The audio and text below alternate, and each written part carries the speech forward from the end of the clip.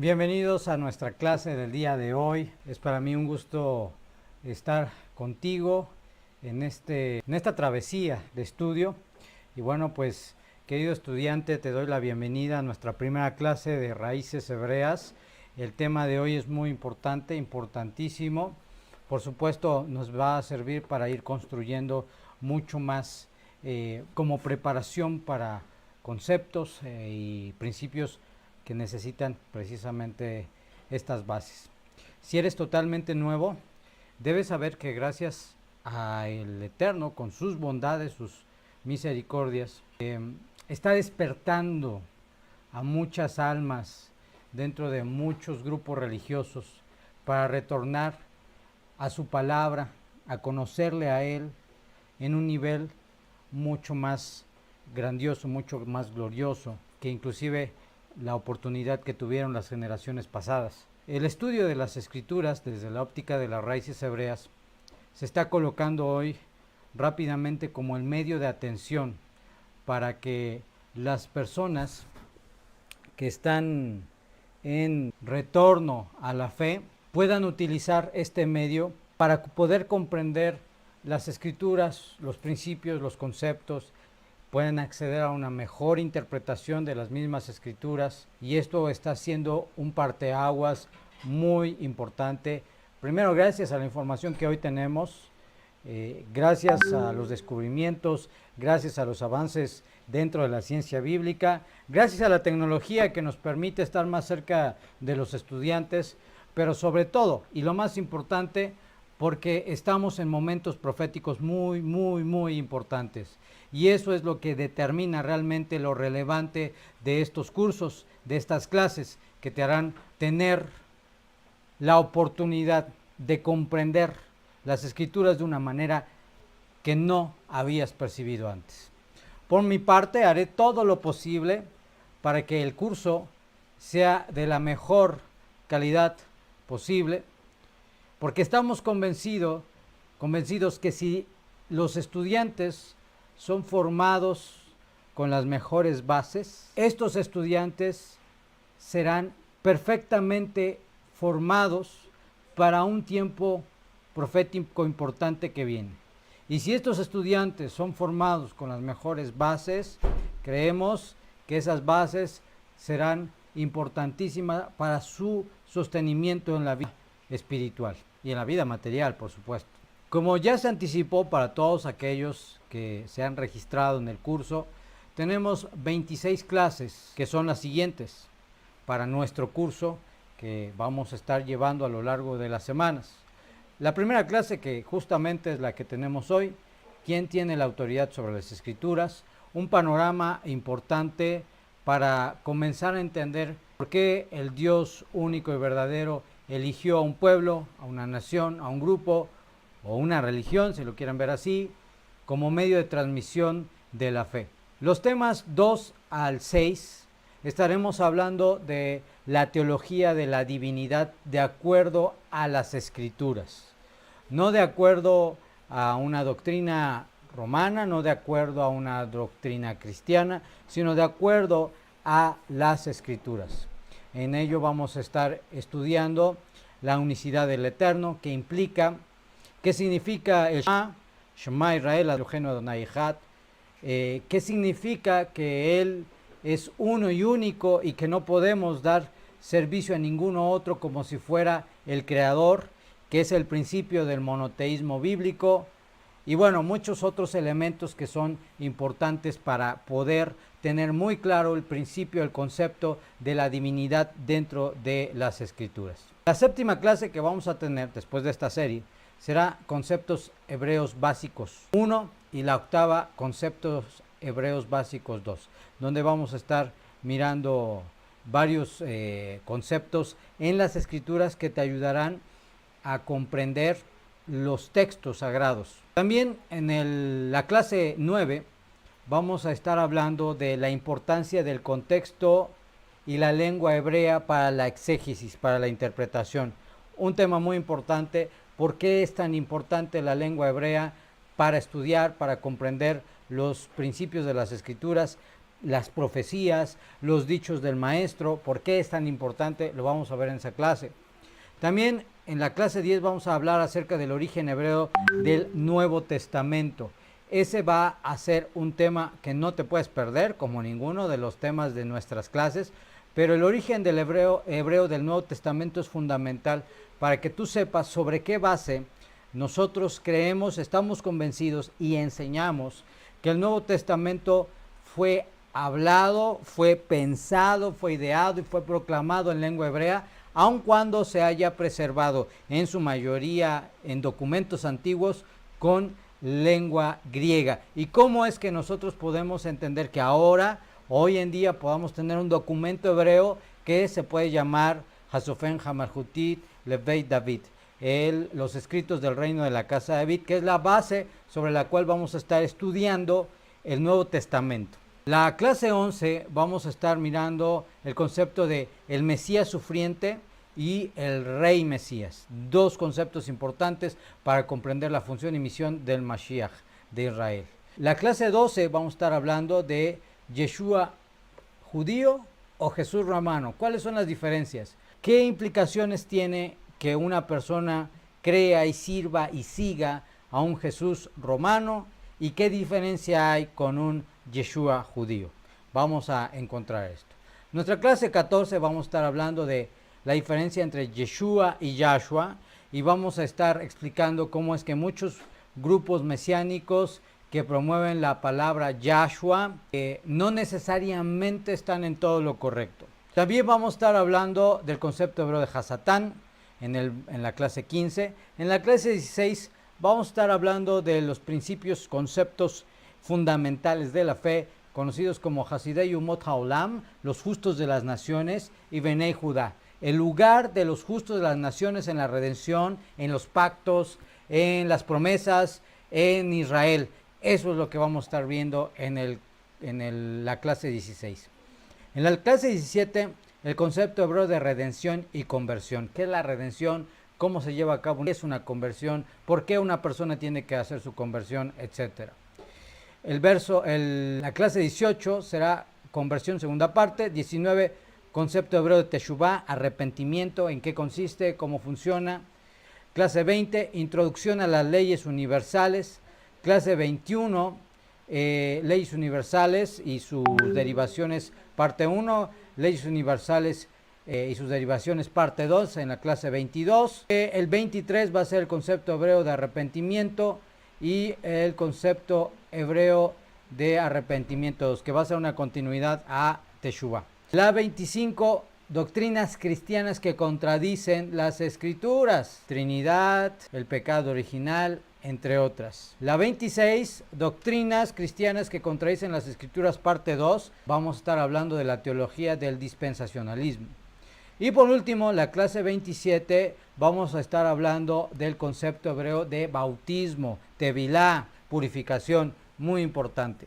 Así que sean todos bienvenidos, y estas clases son gratuitas, no tienen ningún costo, porque estamos convencidos de que más que nunca debemos hacer llegar el conocimiento de las escrituras a más personas. Así que si tú tienes algún amigo, algún conocido, algún familiar que crees que le pueden servir estas clases, este contenido, te invito a que nos ayudes a conectarlo para que podamos tener la oportunidad de compartirle estos principios a él y a muchas otras personas. También recuerden que hacer un registro para continuar con estas clases. Así que estas clases son gratuitas. Sin embargo, aunque los cursos son gratuitos, sí tenemos condiciones para permanecer en el curso, para tomar el curso. El primero es el compromiso. Cada estudiante deberá tomar el compromiso de iniciar y el compromiso de concluir el curso. ¿Sí? ¿Por qué?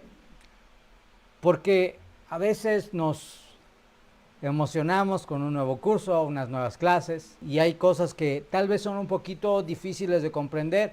Tal vez te vas a encontrar con cosas que te van a retar en cuanto a lo que tú conoces, como tus principios de fe. Y antes de que termines abandonando un curso como este, que es para beneficio de todos aquellos que quieren tomarlo, desde mi opinión, una gran bendición. Creo que tienes que hacer el esfuerzo por terminar todo el curso y después ver la opinión que tienes de todo el curso. Entonces te invito a que si vas a tomar este curso, lo concluyas.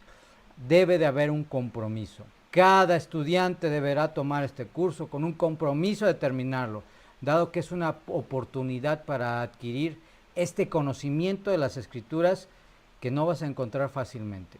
Todos los estudiantes que tomen el curso deben de estar registrados para su oportuna atención. En el evento de abandonar el curso, la persona deberá expresar sus motivos por escrito al correo que tenemos en pantalla. Además de esto, recuerda tener siempre un ambiente de silencio adecuado para estudiar. Procúralo, no tengas distractores. No dudes en enviar tus dudas, tus preguntas al correo que tenemos ahí en pantalla. Lo tengo de este lado. El correo que tenemos en pantalla. Tampoco olvides que tienes un máximo de una semana para hacer la entrega de tu trabajo en casa. Cada clase contiene un trabajo en casa, que es muy fácil de hacer. De hecho, ya está preparado para esta clase y para las demás. Está en línea, lo único que tienes que hacer es entrar en el link y hacer el trabajo que se deja de la clase. Y por supuesto, concluir el curso, que tiene una duración de 26 clases. En condiciones normales, las clases que se toman de nuestro curso se toman de 2 a 4 clases por semana. Sugerimos que no sean menos porque terminarás muy tarde el curso. Entonces, por lo menos 2 clases a la semana, y si puedes más, mucho mejor. Y aquí está los títulos de todas las clases que tenemos disponibles, que precisamente fueron las que compartimos con ustedes hace un momento. La metodología. Nuestro curso estará acompañado de un trabajo en casa, un pequeño trabajo de investigación que nos permitirá evaluar lo aprendido en cada clase. Este trabajo es totalmente digital y deberá ser contestado en línea y dentro de la semana de haberse tomado la clase. Las dudas se reciben por medio del correo electrónico y deberán ser realizadas con el siguiente formato. Cuando tú tengas una duda, recuérdate este formato, pones tu nombre. Yo sé que en tus correos usualmente viene tu nombre, pero por favor ponnos tu nombre completo, tu número de WhatsApp, tu lugar de residencia. Yo soy de Buenos Aires, Argentina. ¿Cuál fue la clase que viste y cuál es la duda o las dudas que tienes? De manera que las preguntas estén escritas de forma individual para que cuando nosotros las recibamos podamos contestarlas de forma apropiada. Este es el formato para las preguntas. Bueno, continuemos pues. El tema de hoy es ¿quién tiene la autoridad sobre las Escrituras? Es un tema porque al haber tantos grupos, tantas religiones, tantas raíces o ramas de religiones que han surgido a lo largo del tiempo, hay muchos grupos levantando la mano diciendo nosotros somos los únicos que tienen la verdad, nosotros somos quienes de verdad tienen el derecho para enseñar las Escrituras, la Biblia, nosotros recibimos de Dios esta misión encomiable de enseñar al mundo la fe y acercarse a Dios. Y es una pregunta complicada. No complicada porque no se pueda responder, sino complicada por las diferentes posturas que hay. Sin embargo, mientras se vaya desarrollando este tema, espero yo que se vaya clarificando cada vez más, de acuerdo a las mismas Escrituras y los principios que vienen de ella, la respuesta de esta pregunta: ¿quién tiene la autoridad sobre las Escrituras? Este primer tema es un tema fundacional. ¿Qué quiero decir con que es un tema fundacional? Significa que es la base o una de las bases de la fe. Que si tú no tienes muy claro, que si tú no tienes bien entendido, puedes correr el peligro de caminar por senderos, por caminos de enseñanzas, de ideas, de corrientes de pensamiento que se van separando de las Escrituras. Y por eso es que es muy importante tener este principio de quién tiene la autoridad sobre las Escrituras, porque es un tema fundacional. Cuando hablamos de las Escrituras, nos referimos al conjunto de libros que componen pues el canon de lo que llamamos la Biblia. Aquí no vamos a entrar en mucho detalle, hay muchas opiniones acerca del canon, que quién dio origen al canon, si la Iglesia Católica, si hay un canon hebreo, etcétera. No nos vamos a detener a eso, simplemente lo vamos a nombrar, que existe un grupo de libros, un conjunto de libros que componen el canon que hoy nosotros llamamos la Biblia. Para algunas religiones hay un número menor de libros, para otros hay un número mayor, etc. Al final del día, todos estos libros tienen varios principios y comparten varios elementos que son característicos. Ya sea desde Génesis hasta Apocalipsis, incluyendo la ley de Moisés, pasando por los escritos de los profetas mayores y menores, así como los documentos conocidos como el Nuevo Testamento, pueden estar formando parte del canon.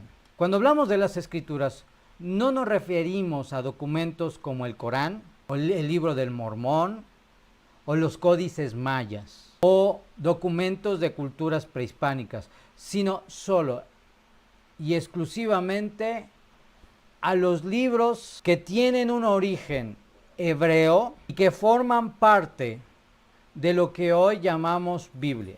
A lo largo de los siglos, especialmente después del siglo III, diversos grupos religiosos se han autoproclamado como los responsables de enseñar el contenido de los documentos que en conjunto llamamos Biblia.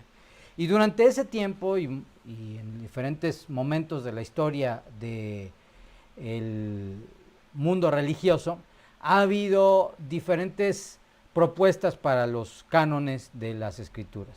Y ha habido muchos grupos que han pretendido proclamarse a sí mismos como los legítimos transmisores del conocimiento de las Escrituras. Al paso del tiempo, nuevos grupos han surgido, nuevas religiones, nuevas denominaciones cristianas, que nacen intentando hacerse con la autoridad para enseñar las Escrituras. Por lo que no debe de sorprendernos la existencia de un abanico enorme de costumbres, opiniones, enseñanzas que se desprenden de la interpretación de las Escrituras, hechas por la óptica de cada uno de estos grupos de forma diferente. Ya sea la Iglesia Católica, la Iglesia Protestante, con todos sus miles de denominaciones, incluyendo grupos que se denominan mesiánicos hoy en día. Tomando las Escrituras, se presentan como el medio original, adecuado y seguro para entender las Escrituras. Ante esta tremenda oferta, esta oferta de opiniones, se genera en la persona, en el creyente, aquel que quiere buscar a Dios, se genera pues un deambular, un éxodo para conocer la verdad de la Biblia, de lo que Dios quiere para ti, para mí, y lo que está escondido en ella, y lo que Dios quiere revelar de ella para nosotros. Y comienza un deambular. Yo he conocido gente que han dado del catolicismo a grupos de testigos de Jehová, ha estado con los mormones, ha estado con los cristianos, ha estado con grupos mesiánicos, ya ha buscado, ya ha caminado, ya ha intentado encontrar dónde se halla la raíz de la fe y la nutrición del conocimiento del Dios verdadero. Entonces, vamos con la ayuda del cielo, a tratar de establecer varios principios para poder dar respuesta a esta pregunta. ¿Quién tiene la autoridad sobre las Escrituras? Miremos entonces algunas evidencias que nos permiten tener una mejor posición para saber quién fue a quien Dios le dio la autoridad de las Escrituras y qué implicaciones tiene. Debemos de saber primero un panorama importante al respecto de lo que podríamos llamar el grupo de religiones judeocristianas. Cuando nos referimos al grupo de religiones judeocristianas, nos referimos a todas aquellas religiones que tienen una base, un fundamento en la Biblia hebrea o en las Escrituras hebreas. ¿Por qué decimos que en la Biblia hebrea? ¿Por qué decimos que en las escrituras hebreas? Porque como vamos a explicar más adelante, los escritos proféticos legales que son autoridad para las diferentes religiones judeocristianas vienen de fuentes judías. Entonces, cuando el bloque de religiones judeocristianas se va haciendo de estos documentos por diferentes formas, por transmisión, por carta, etcétera, se comienza este proceso de enseñar, compartir los principios de estos libros, desde Génesis hasta Apocalipsis, todos esos libros. Y cada uno de estos grupos religiosos, de estos movimientos religiosos, van surgiendo como un pequeño ramillete de una fuente original. La fuente original indudable es el pueblo de Israel, quien da origen a todos los profetas, quien da origen a todas las escrituras, y de quien se nutre lo que serían los padres de la iglesia, lo que después serían el grupo de personas religiosas que organizarían junto a muchos procesos de concilios la Iglesia Católica, y que después de la Iglesia Católica se va ramificando. En otras palabras, surgen de la misma Iglesia Católica muchos grupos cristianos protestantes, que por su principio de protestar por los abusos y las acciones impropias de la Iglesia Católica, comienzan a generar diferentes movimientos religiosos, desde los más antiguos, presbiterianos, bautistas, etcétera, hasta lo más novedoso que existe hoy, pero que comparten esa misma línea. En otras palabras, no solamente se trata de que surgen de ellos, sino que comparten la misma nutrición. Primero, las escrituras hebreas, y segundo, en el caso de todos los grupos protestantes, absolutamente todos, comparten un ADN con la Iglesia Católica, que viene a ser la mayoría de su teología. Aunque muchas cosas los grupos protestantes han corregido, muchas de las doctrinas católicas se preservan en la mentalidad de muchos cristianos, de muchos evangélicos e inclusive de muchos grupos mesiánicos, y se mantienen ahí como principios de fe que aún permanecen y que la gente no se ha dado cuenta que no son de origen puro, ¿sí? Entonces, esta línea nos lleva al hecho de que hubo diferentes religiones o grupos que fueron surgiendo a lo largo de la historia. Podemos hablar, no sé, de los testigos de Jehová, si somos bondadosos, 300 años de vida.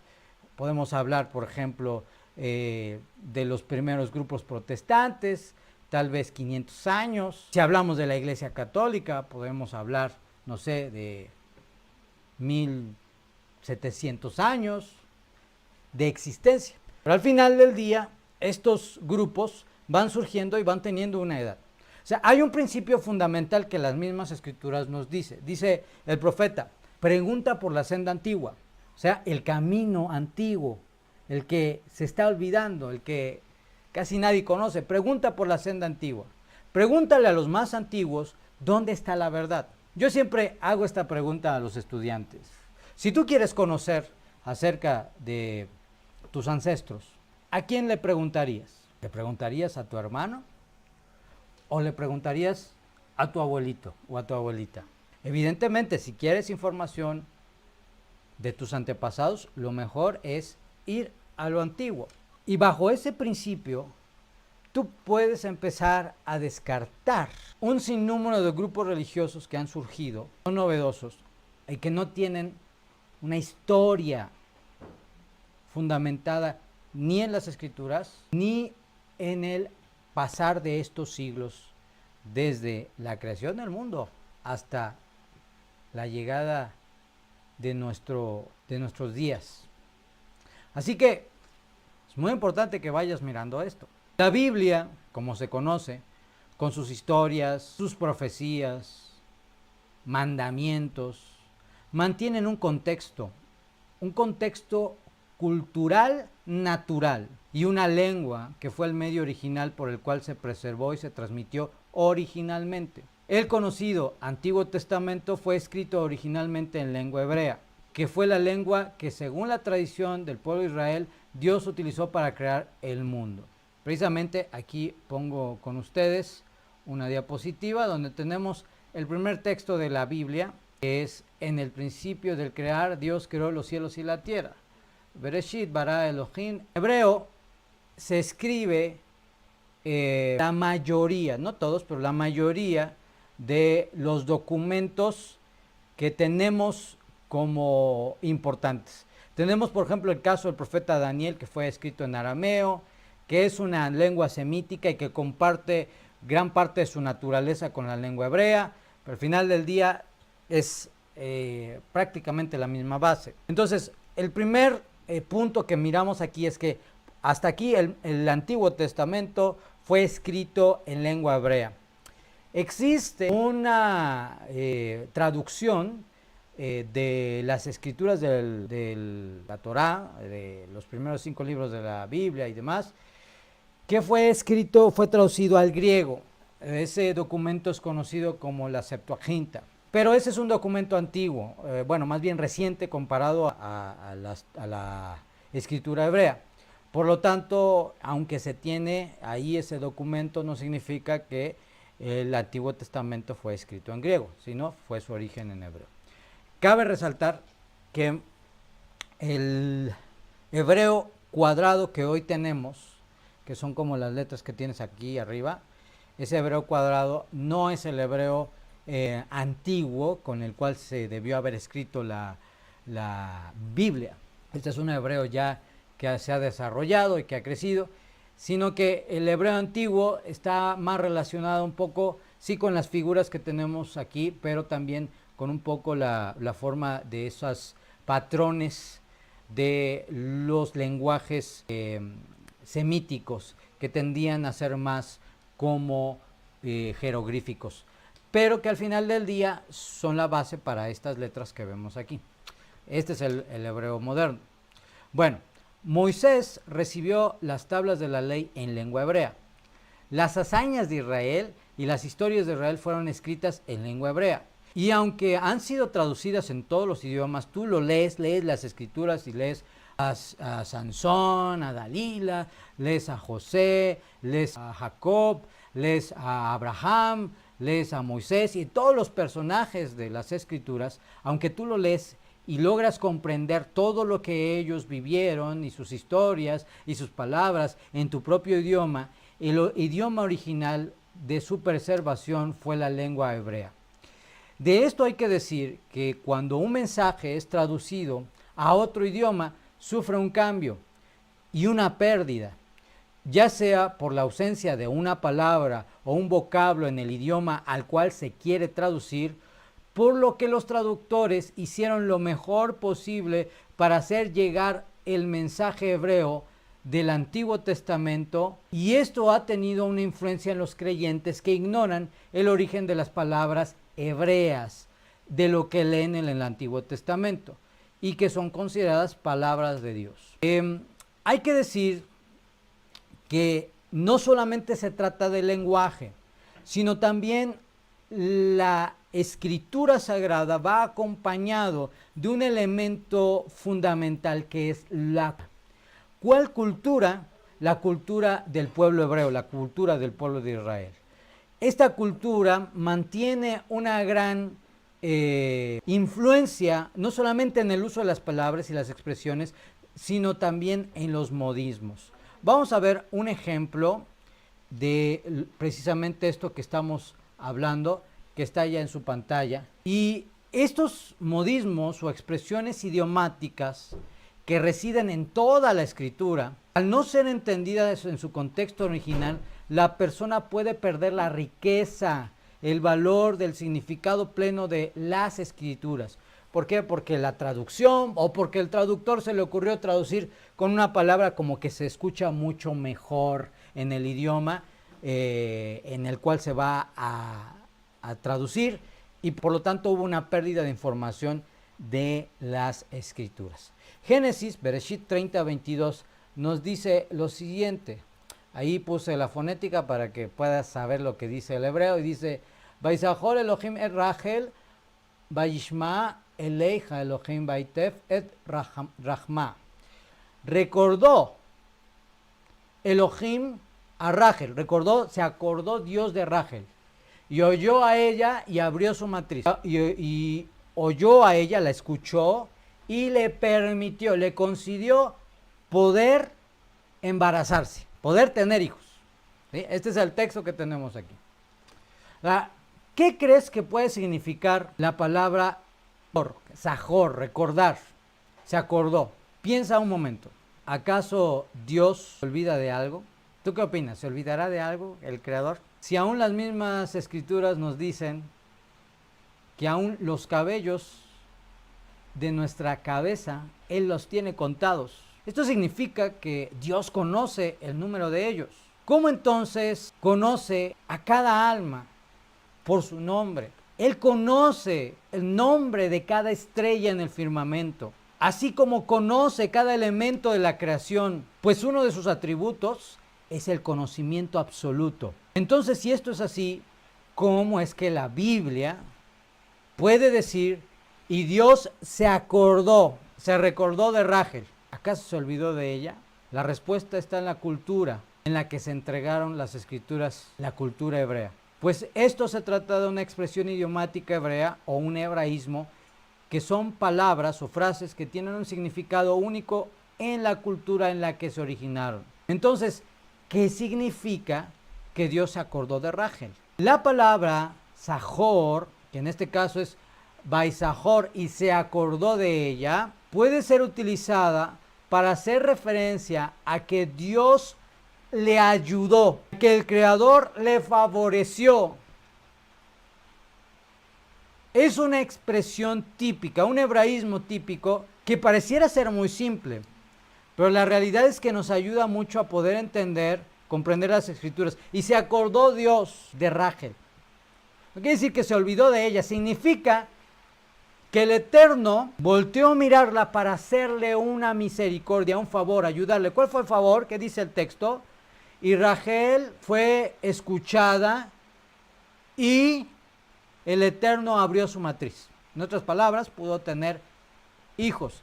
¿Por qué fue escuchada? Porque constantemente estaba orando, rezando al Eterno para pedir al Eterno que le diera un hijo, porque no podía tener hijos. Entonces, esto es algo que nos encontramos de forma muy importante. El siguiente texto que tenemos ahí, Génesis 40:14, dice lo siguiente: Artani iteja kasher yitach leja beasitana imadi haset hatzirchartani el paro beotzatja bayid hatse. Por si me recuerdas, esta palabra es la misma raíz que es de la palabra del texto pasado, que es Zahor, Zahartani. Por si me recuerdas contigo y cuando te beneficien, y harás por favor conmigo una merced, me recordarás por favor delante del faraón y me sacarás de esta casa. En este texto se está hablando de Joseph, conocido como José el Soñador. Se encuentra en la cárcel y le pide al copero, al encargado del vino en el palacio que estuvo con él en la cárcel, que se acuerde de él. Acuérdate de mí. Kim Sehartani. Lo que hemos aprendido significa ayúdame. Cuando tú estés allá con el faraón, ayúdame a salir de aquí, por favor. Este es un ejemplo muy sencillo y rápido de la importancia de los hebraísmos para entender las escrituras. Sin embargo, hay muchísimos ejemplos y muchos casos, tanto en lo que se llama o conoce popularmente como el Antiguo Testamento, como también en el Nuevo Testamento. En ese sentido, debemos hacer notar que la lengua hebrea, el lenguaje hebreo, es un lenguaje sumamente importante, no solamente para el pueblo judío, no solamente para la liturgia judía, sino para la comprensión de las escrituras. Cada lengua tiene una importancia fenomenal, muy especial, pero el pueblo y la cultura en el que nacen o se entregan las escrituras, la lengua hebrea, es muy relevante cuando se trata del tema de estudiar la palabra de Dios, la Biblia. Por eso tenemos la obligación de poner atención, toda vez que la lengua que forma parte de las lenguas semíticas, que es el origen de las escrituras, por la cual se nos fueron entregadas, es muy, pero muy rica y vasta. Es sumamente importante entenderla. Por otro lado, todos y cada uno de los escritores y profetas de las escrituras, todos, el que tú quieras, todos han sido judíos. Y voy a aclarar estas dos palabras. Todos los profetas, todo lo que se haya escrito en la Biblia, fue dicho, escrito por profetas, hebreos y judíos. Cuando decimos hebreos nos referimos a que los escritores, los profetas, los personajes provienen de la nación de Israel. Y cuando nos referimos a judíos, nos referimos a que profesan la fe judía, ¿sí? No hay que confundirlo.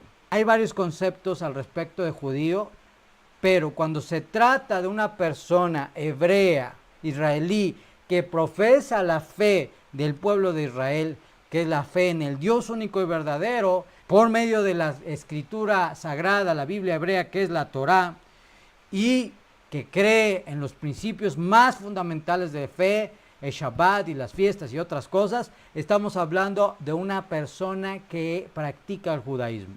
Ningún escritor inspirado por Dios para darnos las escrituras tiene un origen gentil o ajeno al pueblo de Israel. Incluso los documentos que son llamados dentro de los círculos de teólogos cristianos como los libros apócrifos, no reconocidos dentro del canon, que algunos sirven y que otros no reconocen, como es el caso de Macabeos, entre otros.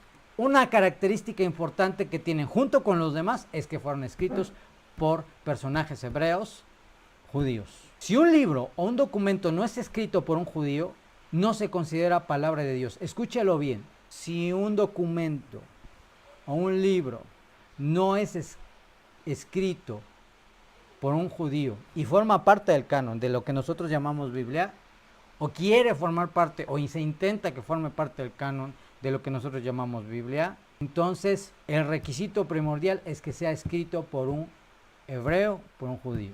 En virtud de esto, aún la Iglesia Católica reconoce esta autoridad, y aún los padres de la Iglesia consideran que los libros que deberían formar parte del canon deberían estar escritos todos en hebreo y aún en arameo, pero no en griego.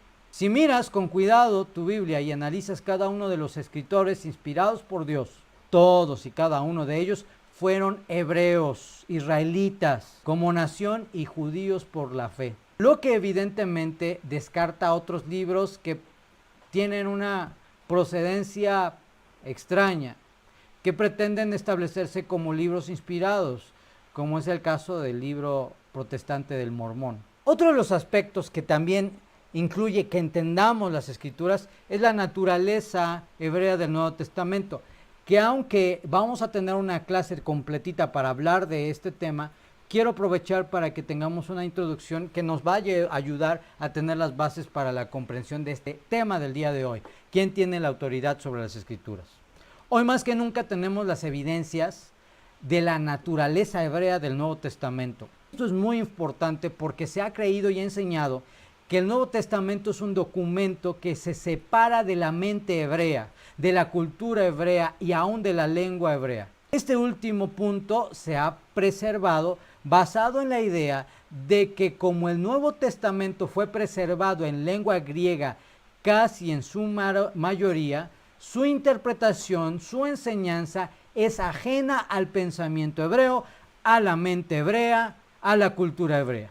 Sin embargo, esto es un total y rotundo error y una gran mentira, pues el Nuevo Testamento contiene cientos de miles de evidencias de su contexto hebreo, de la cultura hebrea, de que la lengua hebrea era la lengua vernácula de los días de Jesús, como nosotros lo conocemos, Yeshua, y sus apóstoles o sus enviados. Tú puedes ver en el Nuevo Testamento a Jesús hablando con judíos, Jesús sanando a judíos, Jesús interactuando con los sacerdotes judíos, del templo de Israel, Jesús buscando a las ovejas perdidas de la casa de Israel, Jesús citando a los profetas hebreos, Jesús designando a sus enviados, quienes eran todos judíos. Solo hubo unos cuantos casos en los cuales interactuó con gentiles, con no judíos, con personas de otras naciones. Casos muy excepcionales. Pero el 99% de los casos en los cuales el maestro interactuaba dentro de lo que se registra en el Nuevo Testamento fue dentro de una cultura, la cultura hebrea, fue con personajes hebreos, judíos de su época. Por mucho tiempo, los eruditos bíblicos han tenido pues sus diferencias. Algunos basan sus opiniones en el hecho de la teoría sobre el origen del Nuevo Testamento, que es la teoría aramea.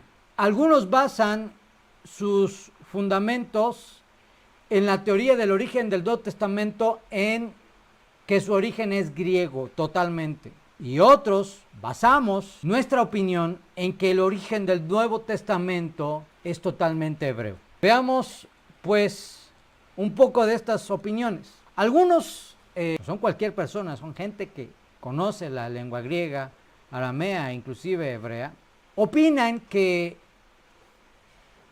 el origen del Nuevo Testamento podría estar basado en la lengua aramea. Como dije previamente, el arameo es uno de los lenguajes, o era uno de los lenguajes semíticos, y que coexistió con otras lenguas como el griego, como el propio hebreo, y que en muchos momentos de la historia de Israel se tuvo influencia de este lenguaje. Uno de esos casos, por ejemplo, como citábamos, el libro del profeta, el rollo del profeta Daniel, que fue escrito en arameo, pero esto responde más a razones del exilio, razones de que en el exilio se tuvo contacto más fuerte con el arameo, que por pretender pensar que el origen intelectual de las ideas, de los conceptos fuera arameo y no hebreo. Pero bueno, según esta teoría, se basa en que el uso de las palabras arameas que aparecen en el texto griego del Nuevo Testamento, como por ejemplo en Marcos 14:36, donde dice Abba, ¿se acuerdan de esa palabra? Abba, y que regularmente se traduce como papito, etcétera. Como esa palabra es aramea, entonces algunos expertos dicen que tiene que haber un origen arameo en la cual el maestro enseñó. Otras palabras, por ejemplo, Eloí, lama sabactani, Dios mío, ¿por qué me has abandonado? ¿Se acuerdan cuando el maestro estaba en el madero y dice esas palabras en voz alta, Eloí, lama sabactani, y que la mayoría pensó y confundió que estaba llamando a Elías, y que esa frase típicamente se ha conectado con la lengua aramea? Entonces, estos eruditos llegan a la conclusión que existen palabras arameas en el texto del Nuevo Testamento que fueron transliteradas al griego y que logran demostrar, en su opinión, el origen del arameo del Nuevo Testamento. Esa es una opinión.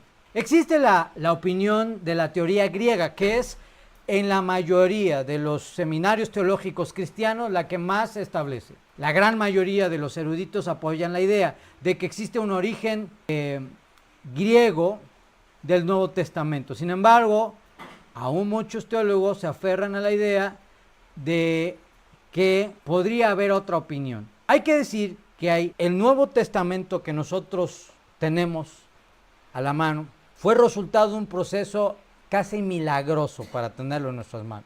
La recopilación, el acopio de los documentos, los textos, las perícopas, las pequeñas fracciones de rollos que estaban por perderse, se acumularon, se revisaron y dieron origen a ser lo que hoy conocemos como el Nuevo Testamento. La gente piensa que cuando lee el Nuevo Testamento, así hay un rollo de Mateo, así hay un rollo exactito de Marcos, de Juan, de Lucas, de Romanos, de Gálatas, y no sabe que muchos de esos documentos se fueron armando por pedazos gracias a los pequeños descubrimientos arqueológicos hasta lo que hoy tenemos. Y debido a que esos textos fueron escritos en su gran mayoría en lengua griega, la teoría griega propone, según los seminarios teológicos, mantienen la costumbre de que el Nuevo Testamento tiene un origen griego.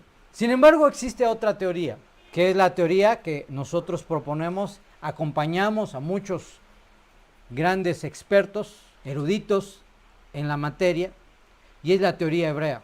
En esta teoría podemos encontrar varios rasgos sumamente importantes, como por ejemplo el uso de muchas, escúchalo bien, pero muchísimas más palabras transliteradas del hebreo al griego que del arameo al griego. Cuando me refiero a transliteradas, significa que es la misma palabra que se va a escribir en griego para que se pronuncie como originalmente se pronuncie en hebreo, ¿sí? Vamos a ver algunos ejemplos. Aquí en su pantalla pongo estos ejemplos.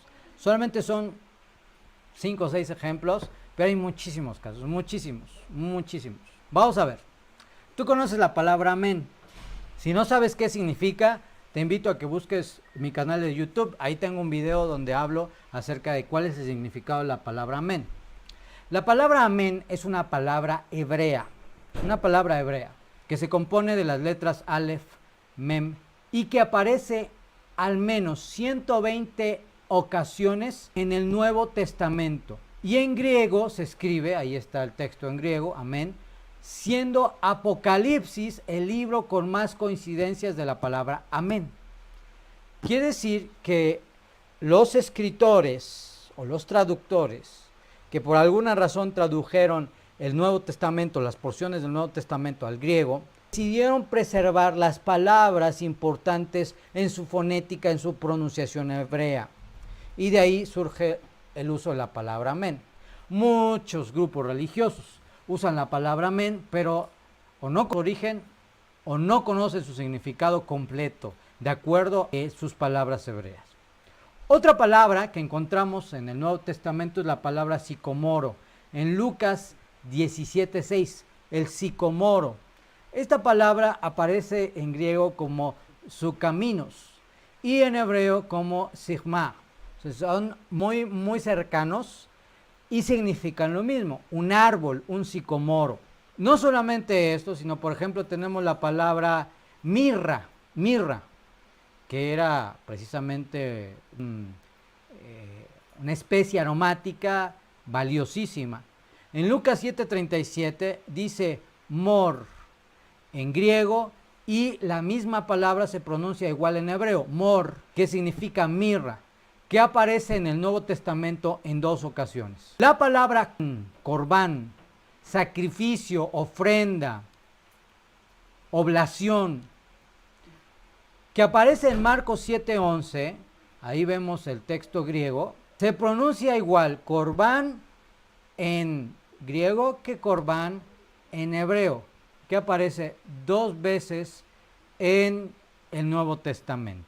La palabra Baal-Zebú, y yo creo que vamos a retomar esta palabra en la clase cuando hablemos del principio hebreo de Hasatán. La palabra Baal-Zebú la encontramos en Lucas 11:15 y que suena como Beelzebú. En realidad es Baal-Zebú. Baal significa el Señor. Zebú, el señor de las moscas, que es un ídolo o era un ídolo que se llega a nombrar varias veces en el mal llamado Antiguo Testamento. Baal-Zebú, el señor de las moscas, y aparece 7 veces en el Nuevo Testamento. Esto es solamente por citar algunos ejemplos. Si a esto le sumamos el contexto interno del propio texto, cuando el maestro enseñaba entre judíos, para judíos, en el templo y dentro de Shabbat, las fiestas, nos vamos dando cuenta que la balanza se va inclinando a la realidad de que el Nuevo Testamento, aunque se preservó en lengua griega, su naturaleza es hebrea. Muchas evidencias de la naturaleza hebrea del Nuevo Testamento, entre estos las palabras que acabamos de ver, el contexto natural, las expresiones idiomáticas hebreas que tiene el Nuevo Testamento, expresiones que no tienen sentido, ni congruencia, ni sintaxis correcta en el griego,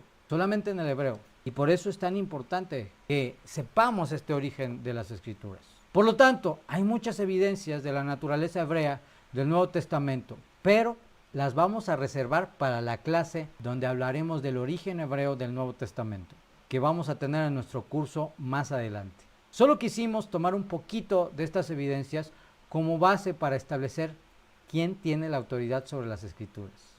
Retomando el título de nuestro tema, ¿quién tiene la autoridad sobre las Escrituras?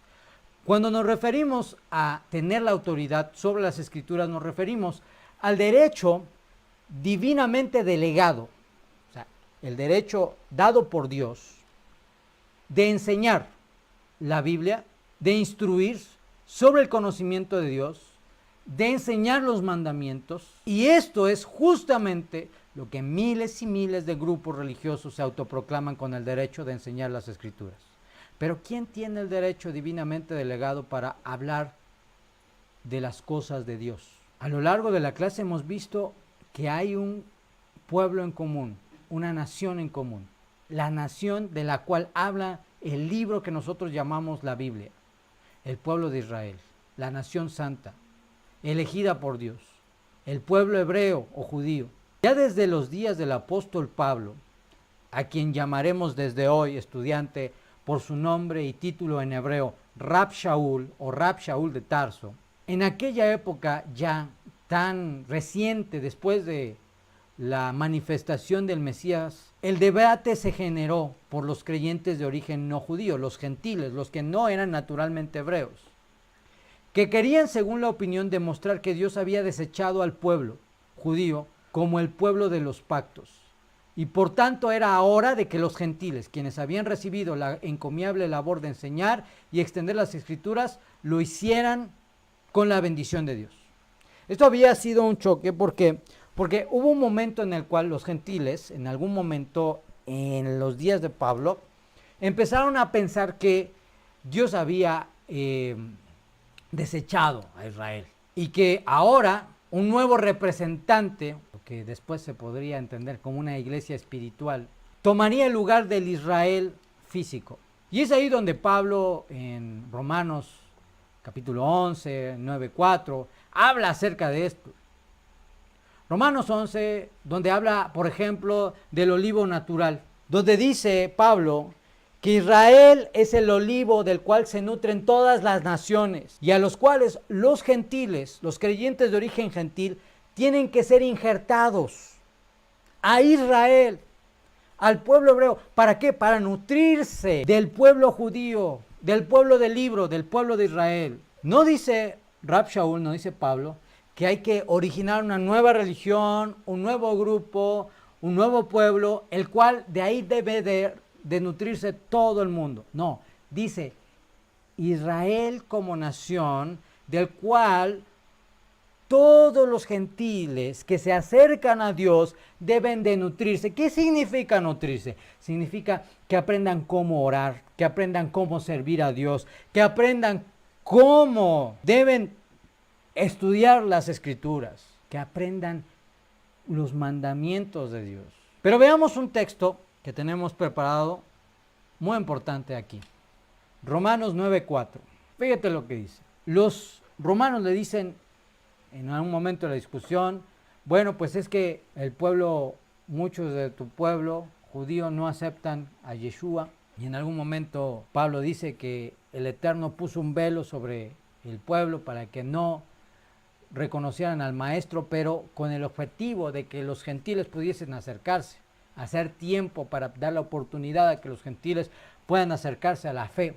Y luego dice, y si esto es una expresión de expiación, ¿cuánto más no será cuando todo el pueblo judío reconozca al Mesías, sino vida de entre los muertos? En otras palabras, Pablo está diciendo que cuando por fin el Eterno quite el velo de los ojos del pueblo judío para reconocer a Yeshua como el Mesías, entonces justo en ese momento, en la plenitud, vendrá la resurrección de los muertos, de la cual ha hablado el mismo. Y entonces le dice a los creyentes de origen gentil, tranquilos, no piensen que porque la mayoría o un grupo formidable de judíos no han aceptado a Yeshua, significa que Dios ya los desechó.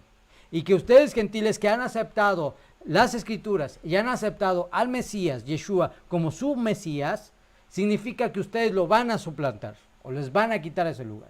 Porque, y dice el verso 4, que son los israelitas de los cuales viene la adopción, la gloria, el pacto, se promulgó la ley, se data la ley, el culto y las promesas. Un judío hablándole a gentiles que estaban diciendo, nosotros ahora somos el nuevo grupo de autoridad para enseñar acerca de el Mesías proclamado a Israel que no fue aceptado, le dice a este grupo de los romanos, no te equivoques, son los israelitas de cuales viene la adopción. ¿Cuál adopción? ¿Cuál adopción? Toda persona que pretende tener una relación de pacto con el Eterno, una relación con el Creador, el Dios de la Biblia, indiscutiblemente tendrá contacto directo o indirecto con el pueblo hebreo, con el pueblo de Israel. Lo acabamos de ver. Las propias escrituras fueron emitidas a través del pueblo hebreo, del pueblo de Israel. Y nos guste, fue algo que Dios estableció. Y nosotros no podemos decirle al alfarero, al creador, cómo hacer las cosas. Él estableció las normas, las leyes. Él dijo, yo elijo a Israel como nación, como mi pueblo, y a ellos les pertenece la adopción. En otras palabras, que los que no son pueblo vengan a ser pueblo. Los que no son pueblo vengan a ser pueblo de Dios. Vemos el caso, por ejemplo, de Ruth, la moabita, que fue abuela del rey David. Una mujer gentil que venía de un pueblo idólatra, que sin embargo, volverse a la cultura y a la familia de su suegra, también se vuelve al Dios de Abraham, Isaac y Jacob. Entonces es adoptada dentro del pueblo de Israel. Y así dice que son los israelitas de los cuales es la adopción. Y la gloria. ¿Qué es la gloria? Queridos estudiantes, es el esplendor, es la majestad, el poder y en palabras simples pero profundas, la manifestación de la presencia divina. A quien por decreto divino, según Pablo, le pertenece la manifestación de la presencia divina, el pueblo de Israel. Fíjate un momento que no dice ahí que son los mormones a los cuales les pertenece la adopción, o que es la iglesia católica a quien le pertenece la gloria, o que es la iglesia pentecostés, pentecostal o carismática o la que sea, porque no está hablando de ninguno de esos grupos religiosos, porque no existían. Que son los israelitas, dice Pablo, maestro a los gentiles, de los cuales es la adopción, la gloria, el pacto, quien tiene derecho divino dado por Dios para tener una relación con el Creador, los pactos hechos con Abraham, Isaac, Jacob, de quien procede la ley. Lo acabamos de ver en nuestro inicio de clase. Todas las escrituras que son autoritativas, que son inspiradas, que son reconocidas dentro del canon, vienen por el pueblo de Israel. El culto. ¿Cómo voy a servir a Dios? ¿Cómo lo adoro? Levanto las manos, me postro en el suelo, me inclino, aplaudo, brinco, salto, danzo. ¿Cómo se hace? ¿A quién le vas a preguntar? ¿A tu hermano o a aquel que estuvo desde un principio como testigo de las cosas, que sabe cómo servir a Dios? El culto, cómo servir a Dios. Las promesas. ¿Cuáles promesas? La promesa de la resurrección, la promesa del Mashiach, la promesa del mundo por venir, la promesa de la restauración de todas las cosas. Esas promesas vienen a ser dadas al pueblo de Israel, dice Rab Shaul, el apóstol Pablo. O sea, ¿tú crees en la resurrección de los muertos? Bueno, esto es una promesa dada al pueblo de Israel. Que obviamente cuando un creyente de origen no judío, cumpliendo con las condiciones de retorno al Dios verdadero, se une a Israel, entonces él es parte también de esas promesas. Y tiene parte con el culto, tiene parte con el estudio de la ley. y tiene parte con la presencia divina, la gloria, y es parte de la adopción. Y dice el verso 5, de quienes son los patriarcas, los padres, de quienes son los patriarcas, Abraham, Isaac y Jacob. El fundamento de la existencia del pueblo de Israel, de la fe, de las escrituras, el Eterno la estableció en base a la unión y el compromiso que hizo con Abraham, que confirmó con Isaac y con Jacob. Y de los cuales el Mesías vino según la carne, un Mesías judío, israelita, que hablaba hebreo y que es juez sobre todas las cosas, bendito por los siglos. Amén, ve amén. Amén, ve amén. Quien es juez, Elohim, sobre todas las cosas, bendecido por los siglos. Amén, ve amén. Entonces, Pablo habla muy claro de esto. Le dice a los gentiles, a ver, gentil, espérate tantito. Tú sí puedes participar, claro que sí. ¿Tienes parte de los pactos? Claro que sí. ¿Los méritos del Mesías son para ti? Por supuesto que sí. ¿Quieres estudiar las escrituras? Claro que sí. Pero la fuente de transmisión es el pueblo hebreo, el pueblo judío. Quien te nutre a ti es el olivo natural, el cual es Israel. No tú nutres al olivo. Quien te debe de enseñar a ti cómo orar, cómo servir, cómo ayunar, cómo estudiar las escrituras, es el pueblo judío, no tú a ellos. Porque cuando se pensó en diferentes momentos de la historia que fueron los gentiles los que tomaban para sí esta autoridad, el resultado fue la separación de los conceptos y principios teológicos más importantes de las escrituras, generando terribles errores teológicos, graves doctrinas que han desviado la fe de la humanidad. ¿Quieres saber más de esto? Espérate a ver los cursos que tenemos para ti, donde vamos a estar hablando de las doctrinas cristianas que contradicen las escrituras, la Trinidad, el pecado original, la teología del dispensacionalismo, entre otras muchas. Y esto surgió por la separación de los creyentes de origen gentil de su fuente de nutrición, el pueblo hebreo, el pueblo judío. Por lo tanto, Pablo lo dice, ¿a quién pertenece la proclamación de la ley? En otras palabras, ¿quién tiene la autoridad sobre las escrituras? Que son los israelitas. ¿A quién le corresponde el servicio? ¿Quién sabe cómo servir a Dios, cómo adorar a Dios? El pueblo de Israel. ¿De quiénes son los convenios, los pactos? Así que cuando hablamos de quién tiene la autoridad sobre las escrituras, hablamos de quienes recibieron de parte de Dios la autoridad para enseñar a los pueblos cómo acercarse a Dios. Hablamos de quienes tienen el derecho de instruir en los temas de las escrituras. Piensa en esto. Una persona necesita una intervención quirúrgica urgente de corazón. ¿A quién debe consultar? ¿A un médico titulado en medicina con la especialidad de cardiología? ¿O a una persona que leyó un libro que nunca se tituló y que no tiene manera de demostrar sus conocimientos? ¿Tú con quién pondrías tu vida en sus manos? La respuesta lógica es con el médico titulado, que ha estudiado y no solo puede dar una opinión acerca del caso, sino es una autoridad. Piensa en esto. Zacarías, en el capítulo 8, verso 23, dice muy claro algo que estamos viviendo hoy. Así ha dicho el Eterno, Dios de los ejércitos.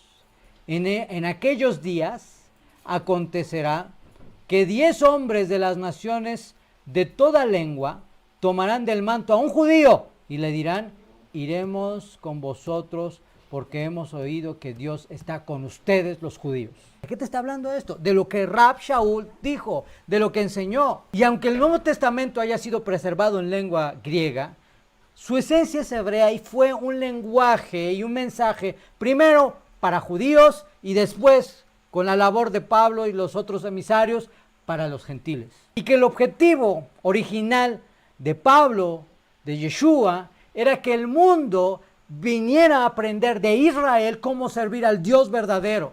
No formar de religiones, ni grupos religiosos, ni denominaciones, sino venir con el pueblo judío, el pueblo hebreo, a estudiar la ley de Dios, a aprender los mandamientos de Dios. El propio Jesús, el propio Yeshua dice No te equivoques, la salvación viene de nosotros, los judíos. Entonces, ¿a dónde vamos a buscar a Dios? ¿Lo vamos a buscar en una religión que tiene 200 años de vida? ¿En una religión que tiene 1500 años de vida? ¿En una religión que tiene 800 años de vida? ¿O por el recurso, por el medio regular que Hashem, que el Creador nos dio, que tiene miles de años de existencia como pueblo, como nación, y fue instituido por Dios como el pueblo elegido? Así que cuando hablamos de quién tiene la autoridad sobre las escrituras, las mismas escrituras lo dicen muy claro, que es el pueblo de Israel, que las naciones vendrán a tomar del manto a los judíos para conocer de Dios. Y por lo tanto, la idea de este curso de Raíces Hebreas es que tú puedas precisamente iniciar este proceso para aprender las escrituras, conocer cómo servir a Dios, cómo entender las escrituras del pueblo judío, con la asistencia de Israel.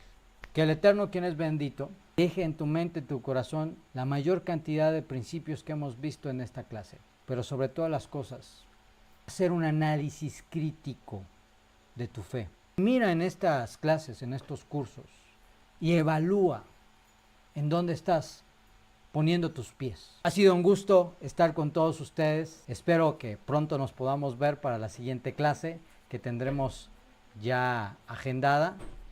Y agradezco a tu asistencia. No te olvides que esta clase tiene un pequeño trabajo de investigación que vamos a poner más tarde en la descripción del video, y también que vamos a poner en nuestra página y en nuestro registro para estudiantes de Raíces Hebreas.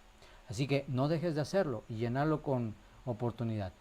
La próxima clase, si el Eterno nos permite la vida, iniciaremos las diferentes partes del tema, la divinidad en el Antiguo Testamento y en el Nuevo Testamento, si el Eterno nos permite la vida. Gracias por acompañarnos, y recuerda, este primer video y algunos otros los vamos a tener abiertos. Si te pareció interesante, si te gustó, con tus amigos, compártelo en las redes sociales, porque queremos que más gente conozca la verdad de las Escrituras, del Eterno y del Mesías de Israel. Gracias a todos por su compañía, y nos vemos en la próxima reunión, en la próxima clase que vamos a tener por este mismo medio, por YouTube Live, para continuar nuestro curso de Raíces Hebreas. Hasta la próxima, y como decimos nosotros, Shalom, que la paz sea contigo.